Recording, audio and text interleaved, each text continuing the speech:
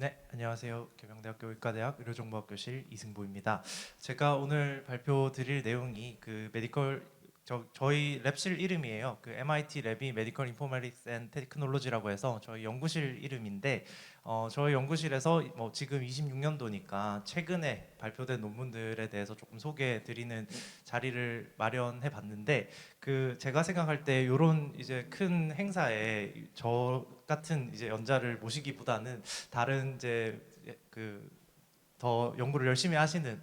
유명한 교수님들을 모셔서 하는 게 어떨까 싶고 제 발표 오늘 하는 발표 내용 같은 경우에는 그냥 학교에서 길 가다가 저를 마주치거나 아니면 저는 보통 이제 의과대학교 220호 M220에 있으니까 편하게 찾아오셔가지고 요즘 어떤 연구하고 있니 이렇게 물어보면 편하게 말씀드릴 수 있는 내용들이 주로 되겠습니다. 그래서 이제 그 내용들 좀 말씀드리려고 하고요. 그 뭐 제가 여러 가지 하고 있는 것들 그리고 이제 제가 서울대병원 정보화실에서 이제 연구 교수를 했다는 점들 이렇게 좀 소개를 드렸고 그 연구 쪽을 보시면 제가 한 3년 정도 의료 정보 분야 연구를 좀 열심히 해서 한 27편 정도의 SCI 논문 발표하고 뭐 그중에 주 교신 저자가 한 20편 정도 있습니다. 특히 뭐 25년도에 작년 기준으로 SCI 논문 한 10편 정도를 발표했는데 한 논문 정도 빼고는 거의 상위 20% 안에는 드는 그래도 괜찮은 연구들을 조금 많이 해가지고 그런 것들을 좀 말씀드릴 예정입니다. 저희 연구실인데요. 그 주로 지금 왼쪽에 보시면 의예과, 의학과 친구들이 굉장히 많고 뭐 컴퓨터공학과, 의용공학과 이런 여러 다른 학과, 뭐 심지어는 국제경영학과, 뭐 화학공학과에서도 와가지고 저희 연구실 이제 한 20명 정도가 이제 같이 하고 있는데 이 중에 이제 대학원생은 한 3명 정도 있고 나머지는 다 아직 학부생인 굉장히 조무래기 연구실입니다. 그래서 네. 첫 번째 연구 내용부터 좀 소개를 드리면 이게 제가 그 출판된 순서대로 좀 말씀을 드릴까 하다가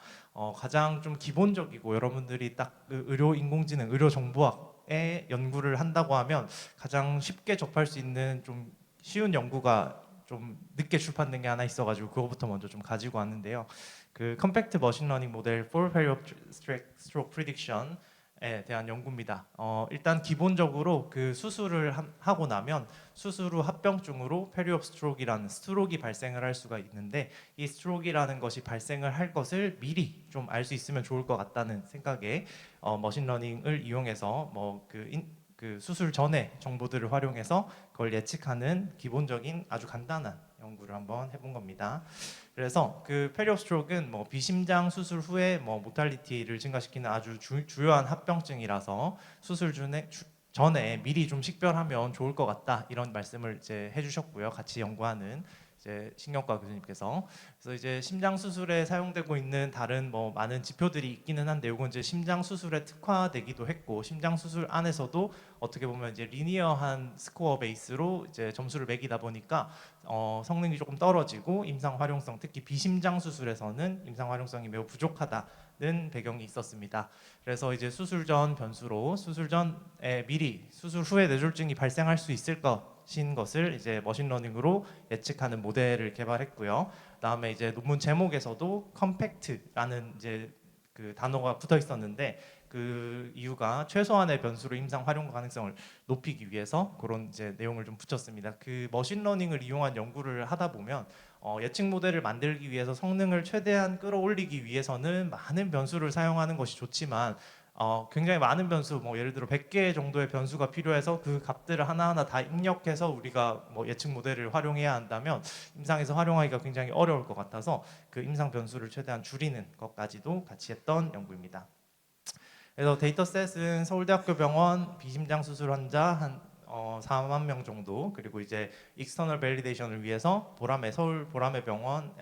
비심장 수술 환자 한 400명 정도의 데이터를 활용을 했고요. 그다음에 수술 후 30일 안에 그 새로 생긴 이제 스트로크 이 MRI 검사로 확인된 경우를 이제 아웃컴 타겟으로 잡았고 그러지 않은 경우를 이제 네거티브로 간주를 했습니다.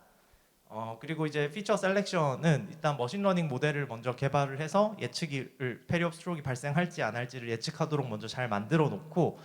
샵밸류 기준으로 어떤 중요한 변수들을 식별할 수 있도록 한번 이제 그 오더를 내려서 그 중에 가장 이제 첫 번째부터 이렇게 10개 정도의 변수만 식별을 해서 이걸로 이제 컴팩트한 모델을 구성해 봤고요. 머신러닝 모델은 뭐 지금 흔하게 알려져서 많이 쓰는 로지스틱 리그레션부터 서포트 벡터 머신, KNN 같은 여러 가지 모델들을 함께 비교해서 가장 좋은 성능을 보이는 것을 가지고 모델을 좀 옵티마이즈 해봤습니다. 그래서 인터프리테이션을 위해서 샵 사용했고, 그 다음에 파셜 디펜던스 플롯으로 하나의 변수가 어떻게 작용을 했는지 또 자세하게 좀 알아보는 연구를 진행했습니다. 그래서 이제 성능을 보면 머신러닝 모델들을 쭉 여러 가지 많이 사용해가지고 나열을 해봤더니 아무래도 프리옵 데이터들이 이제 카테고리컬 베리어블이 많기도 하고, 그다음 베리어블의 복잡한 관계들이 좀 많기도 해서 약간은 복잡한 머신러닝 모델이라고 할 수도 있고, 카테고리컬 베리어블을 좀 더 잘 처리한다고 알려져 있는 캣부스트 모델이 성능이 가장 좋게 나왔습니다. 인터널에서도 마찬가지고, 그다음 익스터널에서도 마찬가지고 큰 성능 차가 나지 않는 것 같아가지고 이제 학습이 잘 된 것 같습니다.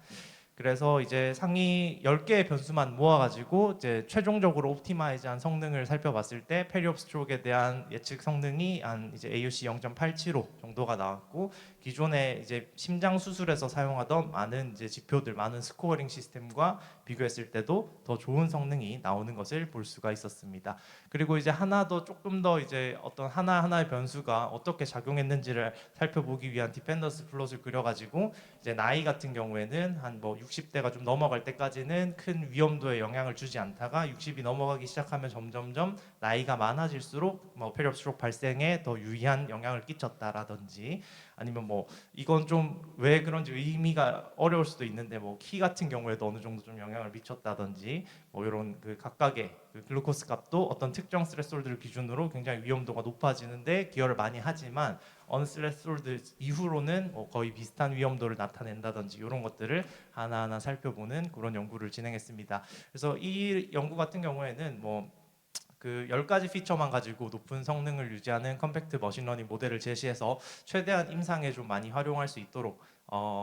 그 사용성을 높이는 데 좀 집중을 해서 연구를 진행했고, 사실 뭐 지금 이게 뭐 요즘 트렌디한 연구는 아닙니다. 벌써 한 3, 4년 전에 굉장히 유행해서 많이들 하던 연구였고, 누구나 쉽게 시작해서 이제 결과를 살펴보고 좀 임상적 의미를 파악할 수 있는 그런 좀 쉬운 연구인데, 이 연구를 열심히 하다 보니까 뭐 이렇게 그 연구 나름대로의 뭐 임팩트나 뭐 그런 디스커션 거리가 여러 가지 나오기는 했었지만, 함께 참여했던 신경과 교수님들께서 항상 하던 얘기가 이게 그래도 결국에 머신러닝으로 만들다 보니까 임상 환경에서 바로 적용해서 활용하기가 어렵고, 10개의 변수의 값들을 직접 뭐 이제 프로그램에다 하나하나 입력을 해가지고 결과값이 나오면 그 결과값도 결국에 확률 기반으로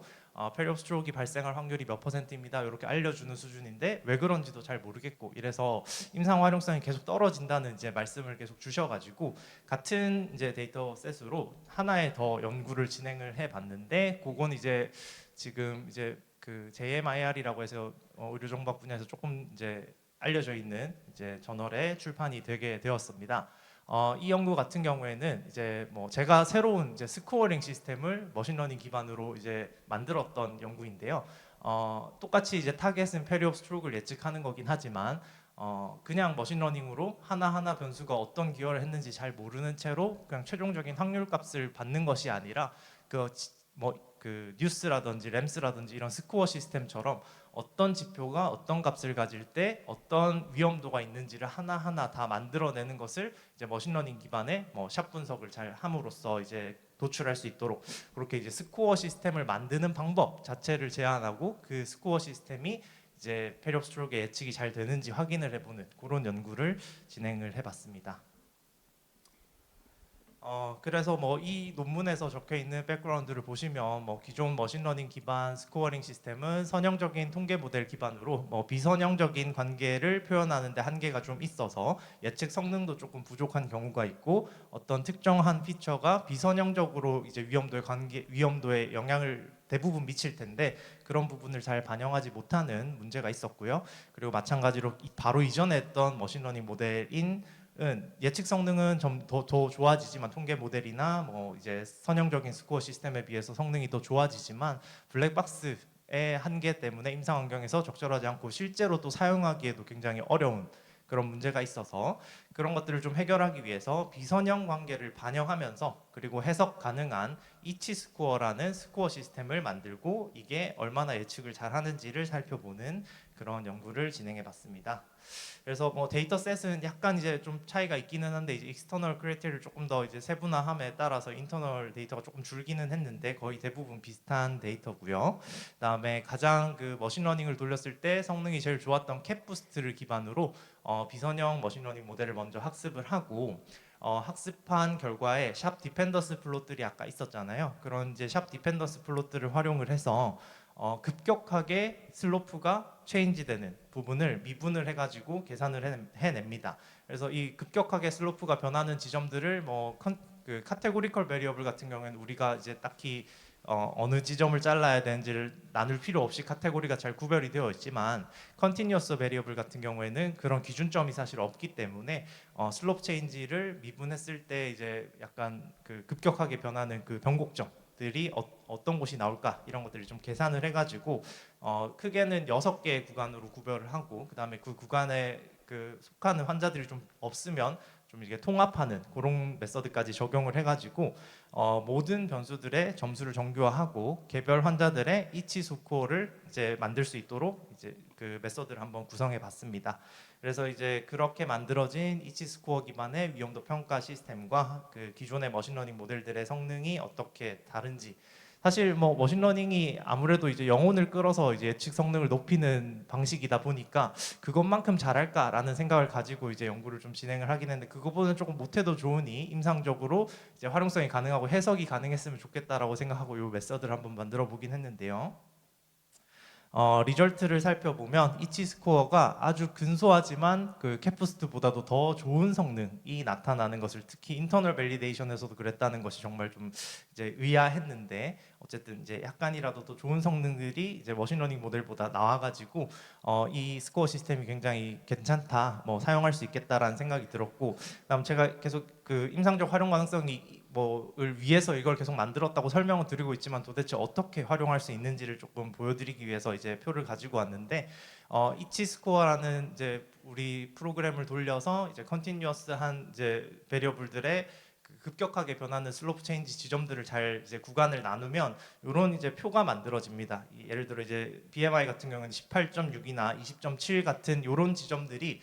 급격하게 위험도의 변화가 나타나는 지점이다. 샵 디펜던스 플롯을 봤을 때 그런 부분이다라는 것을 저희가 이제 그 알고리즘적으로 파악을 해가지고 그 구간에서의 위험도를 이제 정량화해서 이렇게 수치로 나타낸 것입니다. 그래서 이게 뭐 변수들이 여러 개 더 있겠지만 이제 앞에 있는 것들을 좀 따와서 이렇게 표를 보여드렸고 요 변수들에 해당하는 어떤 특정한 환자가 들어왔을 때 뭐 그분의 BMI가 뭐 20.7이거나 이러면 요 수치를 입력하고 그다음에 헤모글로빈 값에 따라서 이 수치를 입력하고 요 이제 위험도들을 하나 다 더하고 나면 여기 오른쪽에 있는 것처럼 이제 실제 밸류가 이랬는데 그 사람의 그 리스크 밸류가 어떻게 나타나는지 실제 나이가 어떻고 이렇게 그 뭐 BMI가 어떻고 이런 거에 따라서 이치 스코어 값이 얼마가 나오는지를 손으로 계산을 할 수가 있게 되고요. 손으로 계산한 이치 스코어의 밸류가 얼마가 나왔으면 그 얼마가 나온 것이 얼마나 위험한지 특정한 스레스홀드를 두고 그 스레스홀드보다 높으면 페리옵스트록 확률이 높아지겠구나.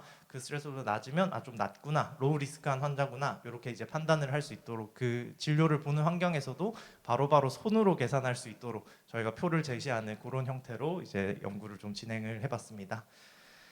그래서 뭐 이치 스코어 자체는 제가 사실 조금 밀고 있는 어떤 이제 그 메서드인데 이 메서드를 활용해 가지고 좀 더 그 임상에 활용하기 쉬운 테이블들을 많이 만들 수 있는 그 여러 연구들을 좀 진행을 같이 하고 있습니다. 그래서 이제 간의 뭐 리버 파이브로시스를 예측한다거나 이렇게 좀 타겟이 명확하게 머신러닝으로들 많이 예측했던 그런 타겟들에 대해서 전부 이치 스코어를 적용해서 이 이치 스코어가 잘 이제 머신러닝만큼 또는 머신러닝보다 더 좋은 예측력을 보인다거나 그리고 이제 머신러닝에서는 알 수 없었던 어떤 환자의 위험도라거나 이런 것들을 좀 확인할 수 있지 않을까 하면서 여러 가지 그 후속 연구들을 이제 진행을 하고 있습니다. 그 다음 연구는 이제 제가 사실 이제 주로는 생체 신호 연구를 많이 했고 그 다음에 이제 이 의료 인공지능, 의료정보학, 뭐 병원에서 일을 하면서 EMR 데이터를 많이 다루면서 이런 쪽으로만 이제 연구를 많이 진행하다가 저희 정형외과 이지욱 교수님이 하시는 어떤 그 초음파 관련된 이제 연구에 제가 같이 참여하게 되어서 초음파 논문이 최근에 25년도에 나온 게 있어서 그것도 하나 소개를 시켜드리도록 하겠습니다. 이 DDH 발달성 고관절 이형성증은 이제 태아 시기 때 나타나는 이제 선천 질환으로 알려져 있고 이제 평생 장애로 이어질 수 있기 때문에 조기에 좀 진단을 해서 교정을 하거나 뭐 수술을 하거나 하는 것이 필요한 질병이라고 합니다. 근데 이걸 이제 초음파 영상을 이용해서 좀 살펴보게 되는데 이 초음파 영상을 은 항상 이제 이 관찰자 변동성이라고 하죠. 사람마다 어떻게 판단해야 될지에 대한 기준이 좀 서로 다를 수 있고 그다음에 이제 이 초음파를 찍는 스킬이 중요하다고 하시더라고요. 그래서 이제 그 초음파 영상이 잘 찍혀야 그 잘 찍힌 영상 안에서 이 아이의 그 DDH가 있는지 없는지를 평가를 잘 할 수가 있게 되는데 이 초음파 영상이 잘 찍혔는지를 확인하기가 사실 어렵기 때문에 이게 굉장히 이제 숙련된 전문가만이 진료를 할 수 있는 진단을 할 수 있는 그런 질병이 되고 있는 것 같습니다. 그래서 제일 처음에 시도해본 요 연구 자체는 어떤 초음파들을 DDH를 위해서 이제 고관절 쪽을 이제 초음파 영상을 쭉 찍어 놓은 것을 보고 이 영상 정도 되면 DDH를 진단하는데 문제가 없겠다라고 생각하는 이제 고품질 초음파 영상을 셀렉션하는 그런 연구가 되겠습니다. 그래서 이제 계명대학교 동산병원에서 한 1,500명 정도의 환자에게서 얻은 5만 장 정도의 데이터와 이제 고려대학교 안암병원에서 얻은 400명 정도에서 얻은 8,400장 정도의 초음파 영상을 활용을 했고요. 그다음에 그 5개 항목별로 뭐 일리움과 라브람 뭐 이런 것들이 뭐 이게 그 직선으로 평행하게 있으면 이제 잘 찍힌 영상이고 이게 조금 꺾여 있으면 안 좋게 찍힌 영상이고 직선이 아니면 아주 안 좋은 영상이고 이런 식으로 이 초음파 영상의 품질에 대해서 이미 이제 머신러닝이 아니더라도 이 그 알려져 있는 그런 이제 품질 평가에 대한 기준이 있더라고요. 그래서 이 기준에 맞춰 가지고 저희도 모든 이제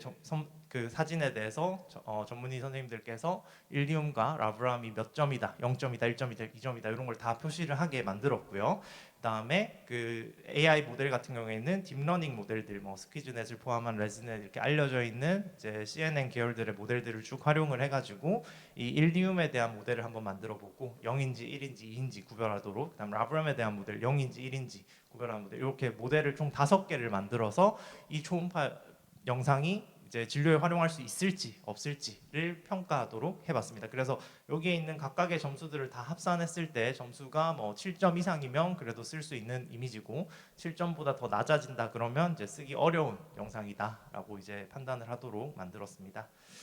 그래서 각각의 개별 모델 같은 경우에는 모델마다 조금 이제 성능의 편차가 나는데 뭐 어떤 뭐 일리움 같은 경우에는 스퀴즈넷이 가장 잘해서 뭐 에큐러시 한 90 정도 90% 정도 나오고 뭐 다른 모델 다른 페모랄 헤드를 보는 경우에는 댄스넷 같은 경우가 더 잘해서 이제 최종 모델이 다들 달랐는데 이렇게 최종 모델이 다른 거는 이제 논문의 디스커션을 자세히 살펴보다 보면 일리움 같은 경우에는 좀 쉽게 볼 수 있으니까 가벼운 모델이 더 잘했고 페모랄 헤드 같은 경우는 조금 그 구조가 더 복잡하다 보니까 더 복잡한 모델이 잘했다 뭐 이런 이제 해석들을 좀 해놓긴 했는데요. 결국에 이 지금 이 하나의 그 영상을 판단하기 위해서 5개의 AI 모델, 딥러닝 모델들이 돌아서 평가를 해야 되다 보니까 한 장의 이미지가 퀄리티가 좋은지 나쁜지를 판단하기 위해서 좀 시간이 많이 걸리는 문제가 있었습니다. 그래서 그 문제를 같이 좀 해결을 해보기 위해서 스피드 인핸스먼트 스트래티지를 한번 구상을 해봤는데 첫 번째로는 이제 제일 기본적인 모델 일리움부터 5개 모델을 하나하나 다 돌려가지고 점수를 합산하는 방식이고 또 두 번째, 세 번째 뭐 ASM 1, 2, 3 같은 경우에는 어떤 특정한 이제 뭐 그로스 컨피그레이션 같은 이런 것들이 점수가 크기도 하고 그다음에 얘가 잘못된 경우에는 무조건 배드로 갈 가능성이 높은 그런 것들을 우선순위를 정해가지고 어떤 우선순위를 가진 AI 모델을 먼저 돌릴 것인지를 가지고 이제 AI 모델을 그 AI 모델을 돌리는 순서를 정했고요. 그 순서에 따라서 뭐 아니다 싶은 사진들은 그 뒤에 이제 평가들을 더 할 필요가 없으니까 그런 것들을 빼버리고 시간을 한번 재봤더니 시간이 굉장히 많이 줄었음에도 불구하고 성능의 편차가 크게 나지 않았다는 그런 이제 결과도 얻을 수가 있었습니다. 그래서 이제 뭐 스코어링 시스템을 통해서 고품질 이미지를 선별했고 그 선별한 것이 이제 성능이 괜찮았고 뭐 예측 시간도 꽤 많이 단축을 해서 DDH 진단에 있어서 완전 자동화의 시작 진단이 될 수 있도록 이제 모델을 개발했고요. 그다음에 요것만 한 건 아니고 실제로는 요 DDH의 고품질 초음파 이미지를 얻은 다음에 그 고품질 초음파 이미지를 활용해서 DDH의 주요 특징점이라고 부를 수 있는 뭐 6개의 점을 키포인트 디텍션에서 그 각도를 계산하는 그런 이제 AI 모델도 만들어서 논문을 다 준비를 했는데 뭐 아직 지금 서미션 과정에 있는 것 같습니다. 네. 그 다음으로 나온 연구는 이게 이제 제가 박사 과정 때부터 굉장히 많이 하던 생체 신호의 EEG를 활용하는 연구가 되겠는데요. 이 연구 같은 경우에는 그 알츠하이머 디지즈와 프론토 템포럴 디멘시아를 이제 EEG로 진단을 하는 방법에 대해서 연구를 해본 것입니다. 이것도 이제 나름 이제 EEG를 활용하는 이제 괜찮은 저널에 출판이 잘 되어가지고 이제 소개를 드리도록 하겠습니다. 그래서 뭐 치매 같은 경우에는 인지기능 장애로 뭐 스스로 뭐 일상생활을 잘 못하는 상태를 의미하고 보통 뭐 MRCT 그리고 이제 MMSE 스코어 뭐 이런 것들을 활용해 가지고 여러 가지 이제 진단을 하는데 다 이제 비싸고 이러니까 EEG를 쓰면 좋다 이런 거는 사실 제 논문 아니라 어느 논문을 다 열어봐도 다 인트로덕션이 비슷하겠죠. 그래서 그런 비슷한 내용으로 작성을 해서 그 EEG에서 치매의 고유한 특징을 추출하고 그 고유한 특징으로 EEG를 치매를 분류할 수 있는, 치매를 진단할 수 있는 그런 머신러닝 모델을 한번 만들어 봤습니다. 그래서 이게 이제 이 복잡한 메서드들이 결국에는 제가 이 연구가 시작은 사실 이 치매에서 시작한 건 아니고 파킨슨 디지즈라고 해서 이 메서드를 똑같이 써서 파킨슨 디지즈를 진단하는 모델을 한번 만든 적이 있는데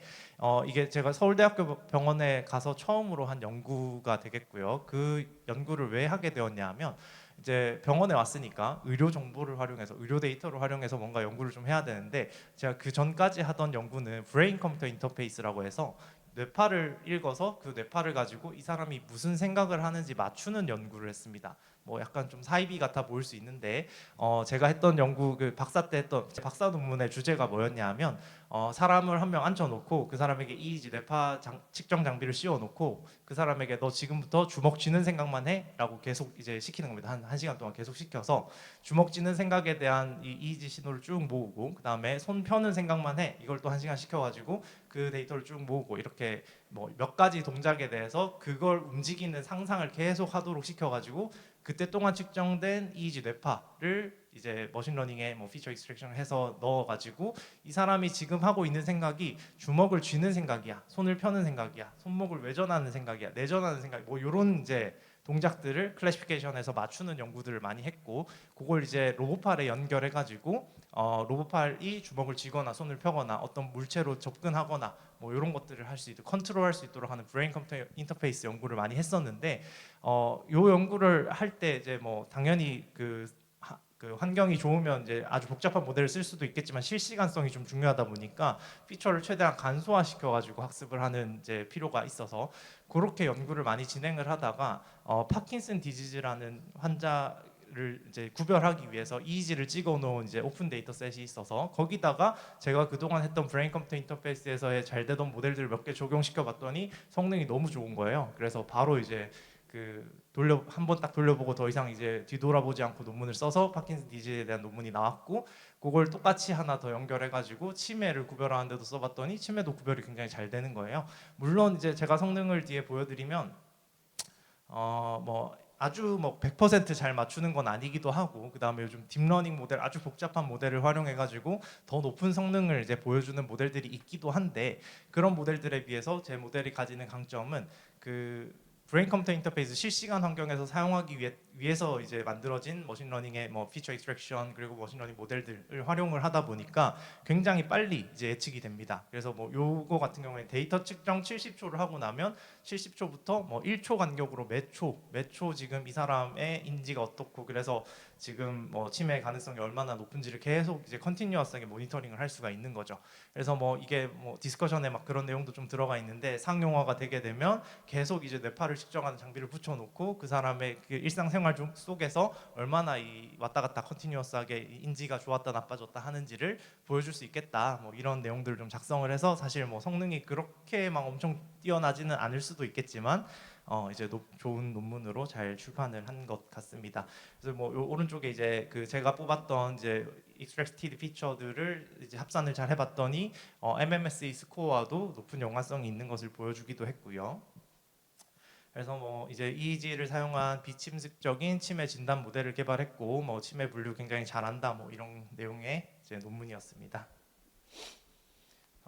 그 다음으로 했던 연구는 이제 뭐 제가 이제 의료 데이터를 쭉 사용을 많이 하기는 하지만 그럼에도 이제 BCI 연구를 못 잊어서 한 번 더 해봤던 브레인 컴퓨터 인터페이스 연구인데 뭐 관심이 없을 수 있으니까 조금 가볍게만 말씀드리면 이 BCI가 아까 말씀드렸던 것처럼 이제 실시간으로 그 사람이 무슨 생각을 하는지를 맞추는 이제 작업을 해야 되다 보니까 이제 모델이 좀 간소화되는 경우가 많고 그 다음에 이제 웨어러블 디바이스를 좀 활용하게 되면 EEG 신호를 지금 병원에서는 상당히 고주파수로, 그러니까 제가 이제 가지고 있던 데이터도 보면 막 1000Hz 1초에 막 점을 1000개씩 찍어가면서 아주 이제 그 구체적인 데이터, 이제 디테일한 데이터를 얻을 수가 있는데 그런 데이터를 웨어러블 환경에서는 좀 측정하기가 어려울 것 같아서 이 신호의 품질이 좀 떨어지는 경우, 신호의 품질이 떨어지면 이제 샘플링 프리퀀시가 낮아서 1초에 측정되는 점들이 좀 적은 경우에도 이제 성능이 높은 이제 모터 이미지 클래시피케이션, 이제 동작을 상상하는 태스크라고 하는데 그런 것들을 잘 할 수 있도록 만드는 모델을 한번 만들어 봤고요. 그래서 그 저품질에서 잘 하기 위해서 뭐 타임을 잘게 쪼개가지고 여러 타임들의 뭐 투표를 통해서 로버스트하게 만들고 뭐 이런 이제 기술적인 내용들이 있지만 그것들이 뭐 크게 중요한 건 아닌 것 같아서 결과만 좀 보여드리면 기존에 나와 있던 이런 모델들 같은 경우에는 처음 주파수 250Hz에서 시작해서 헤르츠를 하나씩 강제로 떨어뜨려 가면서 이제 샘플링 프리퀀시를 강제로 떨어뜨려 가면서 이제 모터 이미지 클래시피케이션 태스크를 계속 수행을 해봤더니 이제 기존에 나와 있던 이제 피처 익스트랙션 메서드 같은 경우에는 금방 이제 바로 이제 성능이 떨어져가지고 못 쓰는 수준이 되는 시점이 좀 일찍 오는데 제가 만들었던 이제 모델은 조금 더 길게까지 이제 110Hz까지 더 떨어뜨려도 이제 성능이 잘 유지가 된다는 것이 이제 주제가 되는 논문이 되겠습니다. 네, 그럼 여기까지 일단 하고 뭐 사실 남은 논문들은 몇 더 준비해왔지만 이제 그 다음 그제 220호에 와가지고 이제 말씀을 주시면 좋을 것 같고 네 질문도 그렇게 받으면 좋을 것 같습니다. 감사합니다.